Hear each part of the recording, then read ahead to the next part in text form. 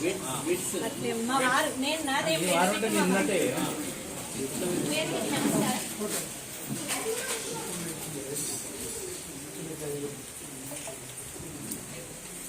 నమస్కారం. వేదిక అలంకరించిన పెద్దలందరికీ, విశేషణ అతిథులందరికీ కూడా నా నమస్సుమాంజలి. అవార్డు గ్రహీత నరసింహమూర్తి బాబాయ్ గారి అక్కయ్య కోడలు నేను. నా పేరు మాధవి. సాధారణంగా ఒక మనిషికి ఒక గొప్ప విషయం విన్నప్పుడు సంతోషంతో పాటు ఒకంత ఆశ్చర్యము సంతోషము రెండు ఒకేసారి కలుగుతాయి. కానీ మా బాబాయ్ గారు ఎప్పుడైతే నాకు వాట్సాప్లో ఒక మెసేజ్ పెట్టిన తర్వాత తనకి డాక్టరేట్ వచ్చిందన్న మెసేజ్ విన్న తర్వాత నాకు సంతోషమే కానీ అసలు ఆశ్చర్యం కలగలేదు. 1% కూడా ఆశ్చర్యం కలగలేదు. ఎందుకంటే బాబాయ్కి గణితం పట్ల ఉన్న మక్కువ కానీ ఆసక్తిగా కానీ ఈ PhD ఎప్పుడో రావాల్సిందే కదా. ఎందుకు దీనికి నేను ఆశ్చర్యపడాల్సింది లేదు కదా, దీనికి నేను కంప్లీట్గా సంతోషపడాల్సిన విషయం కదా అని నాకు అనిపిస్తుంది.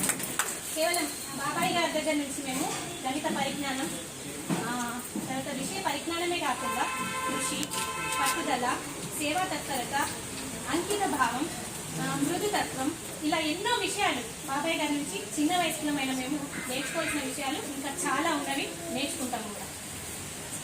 తర్వాత మా పిల్లలకి, కొంతమంది పిల్లలకి ఒకవేళ మోటివేషన్ ఇవ్వాల్సి వస్తుంటే ఏదో యూట్యూబ్ వీడియోలో కానీ లేదంటే సుధామూర్తి వీడియోలో కానీ ఎక్కడి నుంచో వెళ్ళాల్సి మాకు అటువంటి అవకాశం లేదు. మా ఇంట్లోనే ఉన్నారు, మా బాబాయ్లో ఉన్నారు, వాళ్ళ వీడియోలు చూపిస్తే సరిపోతుంది. మా పిల్లలకు అదే మోటివేషన్ వస్తుంది. మన ఇంట్లోనే ఉన్నారు, వాళ్ళని చూసుకుంటే ఇన్స్పిరేషన్ వస్తుంది, సరిపోతుంది అని చెప్పే అవకాశం మాకు లభించినందుకు నేను చాలా సంతోషంగా ఫీల్ అవుతున్నాను. మా బాబు ఇప్పుడు intermediate second year. First year exam అప్పుడు మ్యాథ్స్ యాన్యువల్ ఎగ్జామ్ రేపు ఉంది అనగా బాబాయ్ తనకు తానుగానే కాల్ చేశాడు. అమ్మ మాధవి, నేను సుశాంత్తో మాట్లాడాలనుకుంటున్నానంటే సరే బాబాయ్ అని చెప్పి సుశాంత్కి ఫోన్ ఇచ్చినాను. మా బాబుతోటి రేపు మ్యాథ్స్ ఎగ్జామ్ ఉంది కదా నాన్న, ఎట్లా ప్రజెంట్ చేయాలనుకుంటున్నావు, ఏ చాప్టర్స్ నుంచి ఏమొస్తాయి, నువ్వేమనుకుంటున్నావు అని చెప్పి దాదాపు ఒక ½ అన్ అవర్ మా బాబుతోటి బాబాయ్ గారు మాట్లాడి బాబాయ్ ఫోన్ పెట్టేసిన తర్వాత మా బాబు అన్నాడు నా దగ్గరకు వచ్చి, అమ్మ ప్రొద్దున నుంచి ప్రిపేర్ అయినా నేను మస్తు, కానీ నాకు కొంచెం టెన్షన్ ఉండేది, ఏం రాస్తుందో ఇట్లా. తాతయ్య మాట్లాడినాక ఫుల్ ఇన్స్పిరేషన్ వచ్చిందమ్మా. ఖచ్చితంగా మ్యాథ్స్ ఎగ్జామ్ రాస్తా అన్నాడు. Next day maths exam present చేసిండు. ఫస్ట్ పేపర్లో, సెకండ్ పేపర్లో 75/75, 75/75 అవుట్ ఆఫ్ 150/100. ఈవెన్ రిజల్ట్ వచ్చిన తర్వాత కూడా నా బాబు మర్చిపోలేదు. ఇంటికి రాగానే కాల్ చేసిన తర్వాత, అమ్మ తాతయ్య చెప్పినవా నాకు మ్యాథ్స్లో 150/150 వచ్చినాయని చెప్పినవా అని అన్నాడు. నేను స్కూల్లో ఉన్నాను, బిజీలో బాబాయ్ గారికి విషయం చెప్పాలన్న ఆలోచన నాకు ఉంది. బట్ బిజీలో నేను చెప్పకపోయినప్పటికీ వేరే మా ఫ్యామిలీ గ్రూప్లో విషయం తెలుసుకొని బాబాయ్ తనకు తనగా నాకు హృదయపూర్వకంగా ఆశీర్వాదాలు ఇచ్చిండు. నేను ఆ సందర్భాన్ని ఇప్పటికీ కూడా నేను చెప్పకుండా కూడా బాబాయ్ తెలుసుకొని నాకు హృదయపూర్వకంగా మా బాబుకి కానీ నాకు కానీ ఆశీర్వాదాలు ఇచ్చి చాలా చక్కగా మోటివేట్ చేసిండు. తర్వాత మా వారు హరినిరంజన్ గారు మలయాళ యూనివర్సిటీలో నుంచి ఫ్లూయిడ్ డైనమిక్స్లో PhD సంపాదించారు మా వారు కూడా. ఇది ఏంటంటే PhD సంతోషాన్ని, అప్పటి సంతోషాన్ని బాబాయ్ గారు నాకు మళ్ళీ ఇప్పుడు ఒకసారి గుర్తు చేసిండ్రు. ఈ కుటుంబ సభ్యులైనందుకు PhD పట్ల సంతోషాన్ని ఫీల్ అవ్వడం అనేది నాకు రెండవ సందర్భం.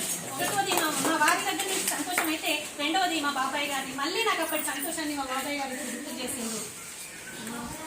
అంతేకాకుండా ఈ విధంగా డాక్టర్ నాన్నలు, డాక్టర్ తాతయ్యలు ఇటువైపు నుంచే కాకుండా మా అత్తగారి తరఫున అన్నాడు డాక్టర్ నాన్నయ్యలు, డాక్టర్ తాతయ్యలే కాకుండా మా మామయ్య గారి సైడ్ చూసుకుంటే కూడా అడ్మినిస్ట్రేటివ్ తాతయ్యలు, CPO తాతయ్యలు, ఫిజిక్స్ లెక్చరర్ తాతయ్యలు, ప్రిన్సిపల్ తాతయ్యలు, టీచర్ తాతయ్యలు, మ్యాథ్స్ తాతయ్యలు, ఇంతమంది గొప్ప వారసత్వ సంపద, ఇంతమంది గొప్ప ఎడ్యుకేషనల్ సంబంధించినటువంటి వారసత్వ సంపద నా దగ్గర పెరుగుతుంది. మరి అంత గొప్ప బాధ్యత నాకు ఉంది కాబట్టి ఇంతమంది పెద్ద మనుషులకు ధీటుగా వారి మనువల్ని తీర్చిదిద్దుతానని, ఒకవేళ చిన్న వయసులో ఆడపిల్లను కొంత బాధ్యతలతోటి ఒక్కో నిమిషం అలసట అనిపిస్తుంది, స్కూల్ నుంచి పోయిన తర్వాత అలసట అనిపించిన సందర్భంలో ఇంత వయసులో బాబాయ్ గారే ఇంత కృషి చేసింది కదా, నాకెందుకు ఆ ఎనర్జీ ఉండొద్దని చెప్పి బాబాయ్ ఇచ్చిన కృషితోటి ఆ ఎనర్జీతోటి నేను ముందుకు సాగుతానని, వీళ్ళ వారసత్వ సంపదకు తగ్గట్టుగా వాళ్ళ మన్వల్ని కానీ నా కొడుకుల్ని కానీ పిల్లల్ని తీర్చిదిద్దడానికి సాయశక్తిగా ప్రయత్నం చేస్తానని మీకు ఈ సభాముఖంగా తెలియజేసుకుంటున్నాను. అంతేకాకుండా మరి బాబాయ్ గారు ఇంత కృషి సాధించారు అంటే దాని వెనుక పిన్ని గారి కృషి కూడా ఎంతో ఉంటుంది. ఒక భర్త